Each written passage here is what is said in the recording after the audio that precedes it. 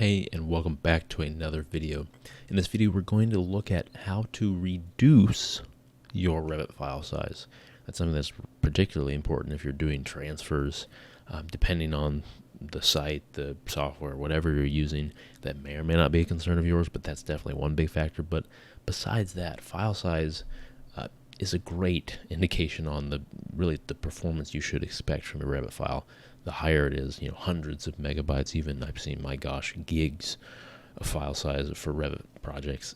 It's absurd. It will get to the point where you cannot work, you will only be complaining, and you will hate your job. So my hope is that this video will give you some idea, and hopefully at least 5 ideas that will help reduce the file size of your Revit projects. I will say, these are some things that should happen, regardless of whether you're trying to actually reduce the size of your Revit project, just because it is good for the Revit project as far as a maintenance thing, as far as just general performance across time, updates, and everything. It's just important to do that. So before we get into 5 things that you can do to reduce your Revit file size, please demolish that like button, because I'm sure you're going to learn something. If you don't learn something, maybe you'll at least like it, so please demolish it. Okay, get into it now. Number 5 is CAD imports. Imported CAD projects. Imported CAD. Oh, this is particularly bad. I will say these are not in order, so this isn't like the worst by any means, but I will say this is a big deal. And while I don't have an actual CAD file, like 2D CAD file, I do have things that I can show you that are imported that would show up and that are things that will ultimately bog my file down. And so where do I see any of this? Well, I can hit VG for visibility graphics, and I can see specifically the imported categories. That's what we care about. So regardless of whether you choose to show them in this view or not, just forgetting about them or not, it does play a factor in performance, in that it will allow this view to load quicker and perform better, but overall model and file size in this case, no, it will not have any impact. So I can even uncheck the imported categories, and so I'm going to expand this in it, and you'll see how much I have in here. And this is not even, I'm not even trying to, I didn't go out of my way to do this, let me say, because I ended up going to Revit City, found some objects, and a lot of times some of the older families were made using CAD files, CAD projects, and DWGs, and so they're all technically imported. And so this doesn't always apply to just DWGs, but you can see all the information that's here. And I'm not saying delete it all, you don't need it, whatever, but you could see if I did actually choose to hide these things in this view and I hit apply, I will actually lose a good portion of my model here, like some furniture, tables and chairs, things like that I might want to see. So all that to say, please, if you can avoid it, which I sure hope you can, whenever you're inserting a CAD file, definitely choose to link. And make sure that whenever you're doing so, that unless you need it across your whole project, choose current view only, because you don't need it anywhere else. And maybe you do. If you do, you do. I understand that. That will always help. But if you can avoid importing CAD, that's going to save you a lot of headache, because not only the headache of increasing the file size and reducing your performance, but if you do decide to crack down on this, they're very difficult to find, because especially if you put them in one view, random views here and there, thankfully there are some Dynamo scripts out there that will find them, and you can delete them really easily that way. But once you import it, if it's not the current view, it's everywhere, which that makes it a bit easier to find, but nonetheless, it's not great. They're very heavy when it comes to performance, and so that is one big thing that you can do. Reduce them, or if you can, eliminate all your imported. There's nothing wrong with having DWGs as linked CADs. Absolutely do that. There's no problem with that whatsoever. So moving on to number 4. Number 4 is design options. If you are familiar with design options, which I hope you are, if you're not, check out my video on design options. It's pretty comprehensive. Design options can be a bit of a headache. There's a lot to them. And so I have level 1-A and level 1-B. And you can see there are minimal differences here. You can see the difference is just in the layout of some pieces of furniture, and that's it. And you can see I really all I have is A and B here. This is not a lot, but for testing purposes and for purposes of this video, I do have some differences. And so why are design options something that would reduce the performance but increase the file size of your Revit project? It's because of how they work. And you might say, well, I just have the same objects in a different place, or different objects in a different place, or whatever it is. That is true. But if you think of it like this, it will begin to make a little more sense. So imagine you have, maybe it's just 2 like me. Maybe you have 40 design options, and that's perfectly fine depending on what's in them. But the way design options work is that it's literally a copy. And so imagine I have, in this case, I'm showing the main model, which means that my primary in this case is B. I'm only seeing B. Well, if I switch this to A, I now see my layout here, and if I switch it to B, well, then I see that layout. Okay, well, that is perfectly fine, but the idea is that every single option, every single element in every single option is, whether it's the same or not, for some reason you make a bunch of different design options and it's all the same element maybe, or it includes maybe the same wall and then some things on the wall change. Well, just know that that same wall that's in every option is actually duplicated or copied, or there are multiple versions of the same wall that show up in every single option. And that means that, of course, you have more file size. You technically think and see one wall, when in fact it is 5 or it's 20, depending on how many options you have, how many places you have that wall in. But in this case, the furniture layout that I'm changing from one layout to the other is, I have literally 2 versions of this whole layout in my Revit project.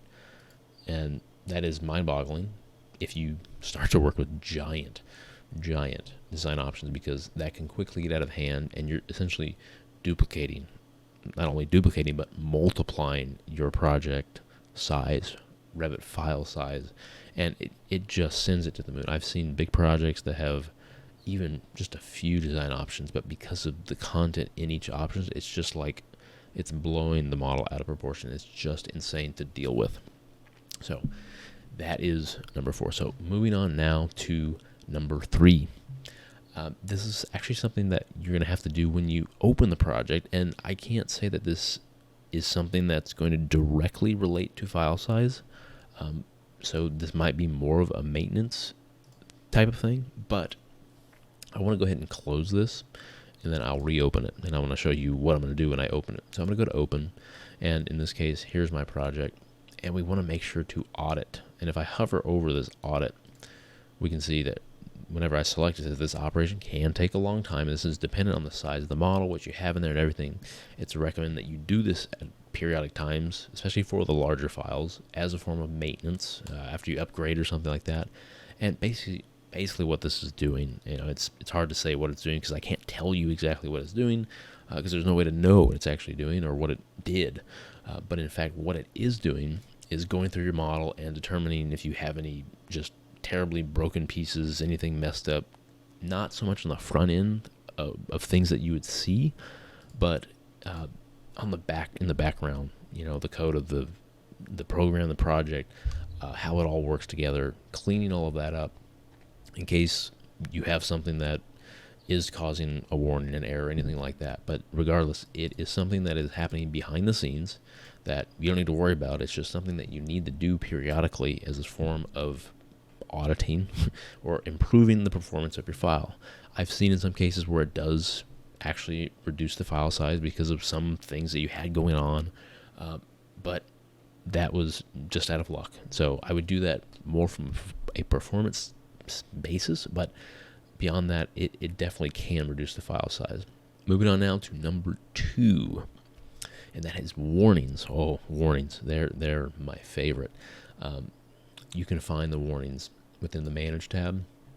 If we come over here to Inquiry, we can see warnings. And so if we select warnings, generally you're used to seeing more than this, and this is definitely the case for me. But in this case, it looks like I just have a few. I have 3 warnings. And so I've seen projects with thousands, 3,000. absolutely dumb. It is ridiculous. And I will say, some of those projects were gigantic, but I've seen projects with 1,000 warnings that run, let's say just fine in quotes, or well enough.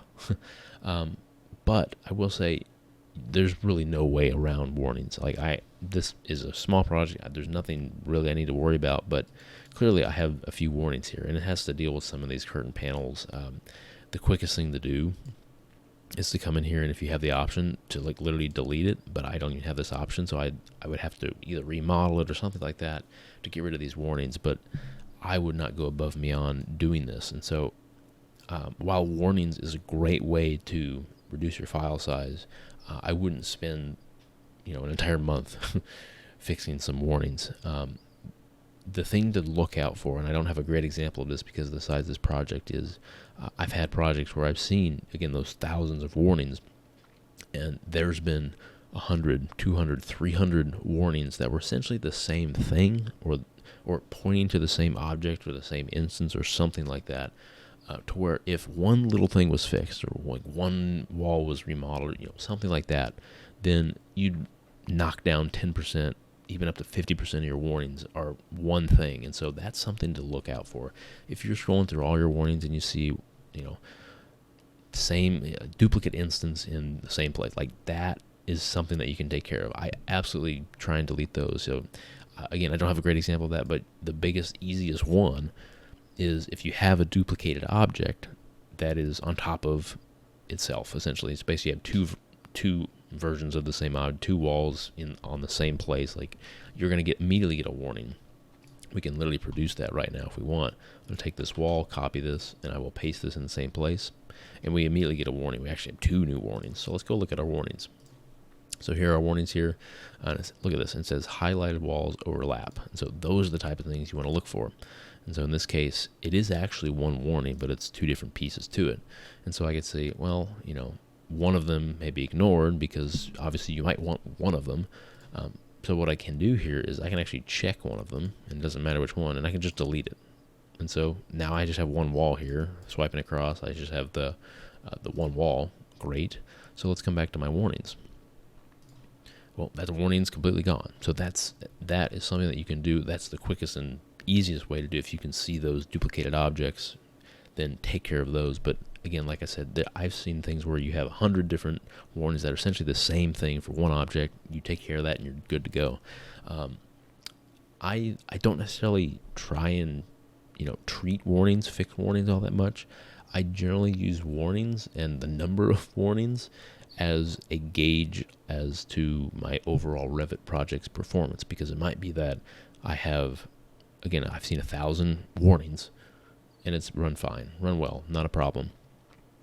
So whenever I start to see performance kind of slugging, I'll go through all these things we've gone through in this video, but one of the first things I'll do is go through the warnings and just see how many there are, and then see if there are any that I can address basically immediately, and then move on and go from there. So that's going to be number 2. And so finally, number 1 is, this is not necessarily the most impactful, but it's something that will definitely help. So whenever I come in here to sync, I have the option of course, just syncing, but look at this. There's a compact version, and this obviously requires a central model that you're working in a work shared model. So do that. It's always nice to do that. But I have the option of making this a compact central model. And, this is the type of thing where it's similar to auditing in that I can't exactly tell you what it's doing, but if you're familiar with, sending things to a compact folder or a zip folder or something like that, it's basically taking everything and squishing it down to a smaller version of itself, not deleting it, not making it to where you can't access it, but it is basically a more compressed version, but it still works. And so that's fine. That's basically what we want to do here. So to show you this working, in theory, I'm going to pull up the file size. And right now the file size for this project is 32.5 megabytes. This may not do a whole lot just because I'm doing this on the fly, but I'm going to go ahead and sync. And once I sync, we'll go ahead and see the difference, and my guess is that it will be less. I've actually seen in some cases where it's more because of what I've done in the project, but it ends up being a bit less once I close out of the Revit project. So we might have to end up doing that too. So immediately, I mean, look at this. Like, it went down to 24 megabytes. That's crazy. And so maybe this will now allow me to email the project instead of doing something other weird transfer. However you want to do it, but that's something I've used to really get me out of the pickles of having not quite small enough projects to email. So cool. That's a really impactful and very easy thing to do to reduce the file size. So I do have some bonuses for you, and perhaps some of these bonuses maybe should have been within the 5, the 10, however there really should be. The first one of the bonuses is just to start small. And by start small, I mean, if you're using the basic Revit template, you're fine. But I've seen firms where they put everything they might possibly use into their template. And so by the time they even open the project, it's huge. It's a huge Revit file. There's so much to navigate through, and it's just a mess. So especially if you're the one making templates, please be aware of what's going in there, because just know that everyone's going to start at that point, and that may be a pretty bad point to start with, depending on what's in there. So just don't put too much, basically, because again, it's all going to add up in the end.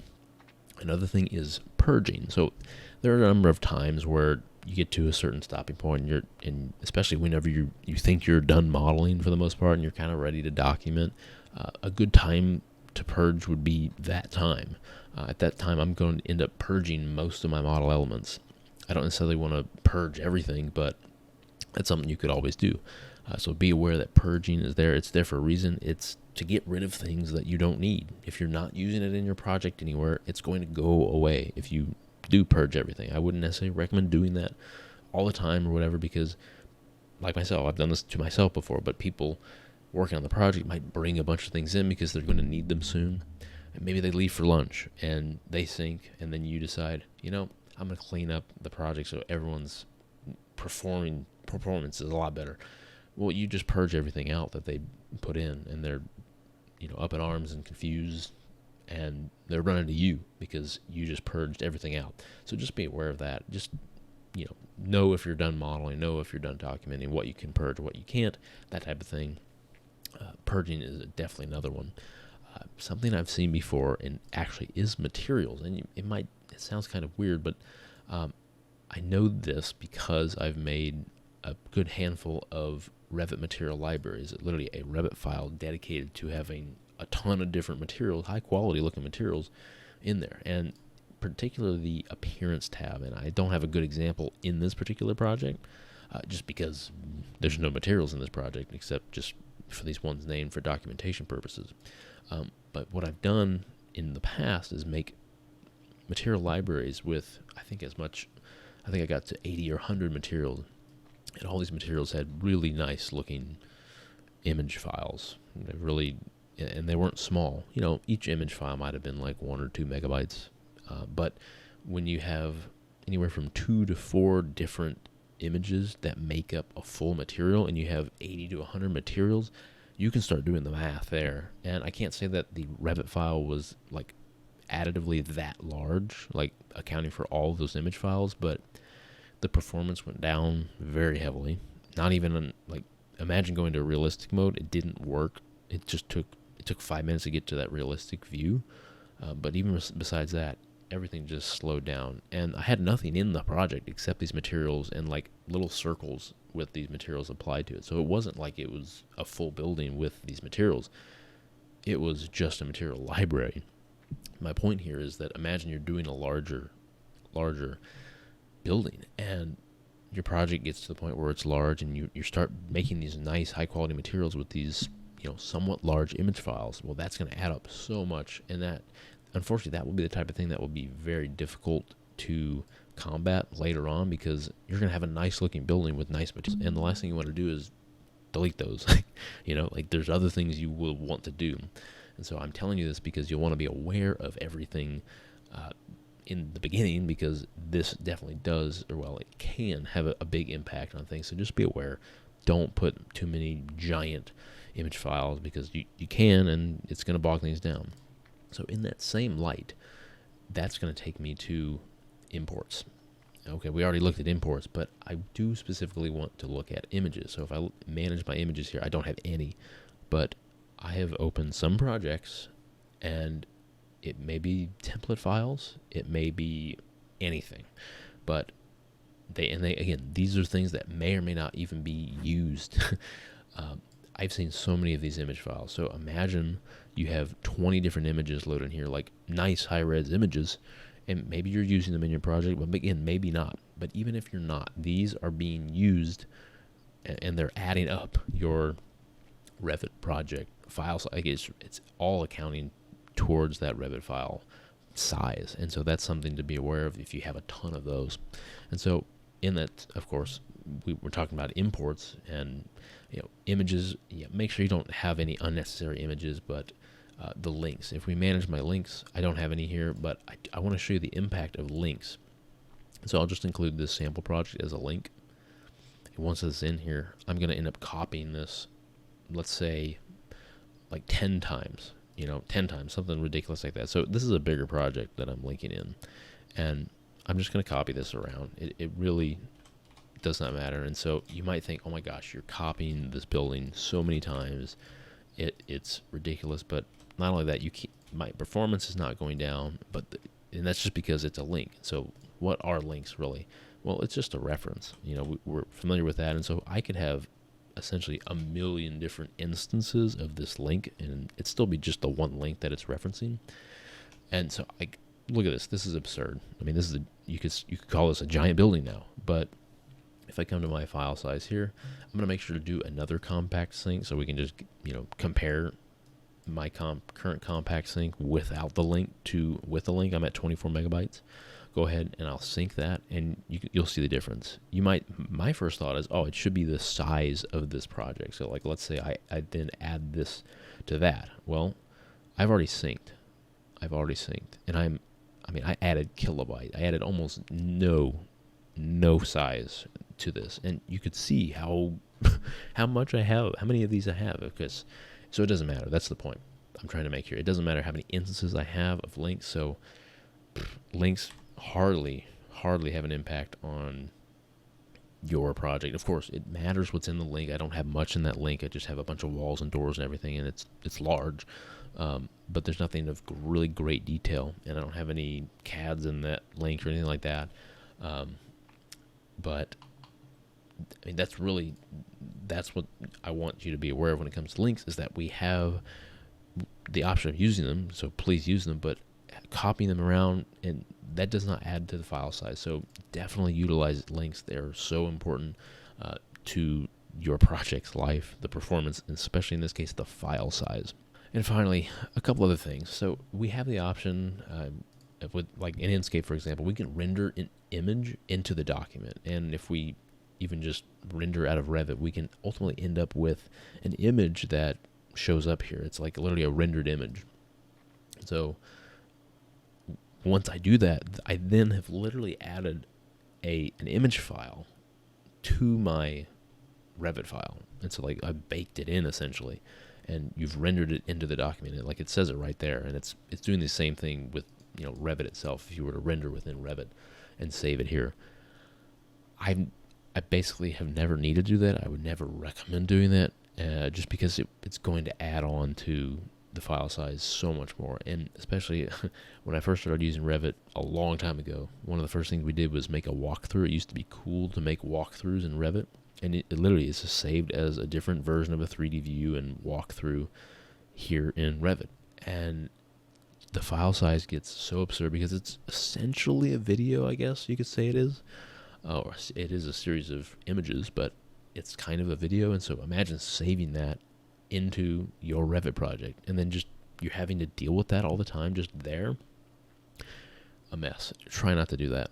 And then also 3D views. I mean, can you just think about this? I know this is in a way kind of like the links we just copied all around, but imagine you have 200 3D views. Well, it's 200 probably different 3D views, instances of your project that have different display options and properties, whatever. And so that in of itself is going to add to the file size. It just is. And so a lot of times what I do is I'll come over here, and if I'm in a project, a new one, and I see, my favorite thing to do actually is to just simply delete all the views that say 3D view copy 1, 3D view copy 2, section 1, section 2, section 3 that are unnamed. So please name your files. Keep saying that. I'll say that forever. But of course, name your files. But a lot of times what I'll do is, if we're pretty good ways through documentation, you have an idea of the views you need because they're kind of on sheets and populated, whatever. And if I see a bunch of those views that are unnamed, or just a ton of views that you don't need, please delete them. Your file size is going to go down. Your performance is going to go up. So it makes sense to do that. And it's going to have more impact if they're 3D files, or 3D, like actual 3D views. So finally,